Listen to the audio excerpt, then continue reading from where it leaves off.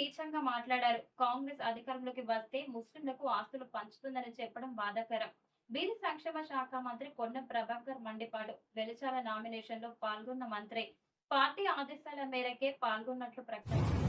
26,000 కోట్ల కిస్తీలు కట్ట అప్పుల సంసారంగా తెలంగాణ రాష్ట్రం శత్రు చేతిలో కత్తిలా మారిన అరుణ కొడంగల్ ప్రజల ఆశీర్వాదం వల్లే సీఎం అయ్యా.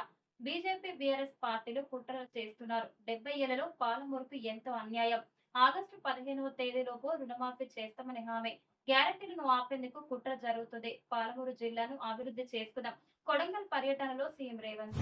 జై హనుమాన్ నామస్మరణతో మారుమ్రోగిన కాగజ్ నగర్ వీధులు. వేల సంఖ్యలో తరలివచ్చిన హనుమాన్ భక్తులు. ట్రాఫిక్ నియంత్రణలో పోలీసుల వైఫల్యం. మాజీ సీఎం ఇలకాలో బీఆర్ఎస్ కు షాక్. బీఆర్ఎస్ కు గుడ్ బై చెప్పిన మాజీ మంత్రి హరీష్ అనుచరుడు డీసీసీబీ చైర్మన్ చిట్టి దేవేందర్ రెడ్డి. చెన్నారావుపేట మండలం నర్సంపేట శాసనసభ్యులు దొంతి మాధవ్ రెడ్డిని విమర్శించే స్థాయి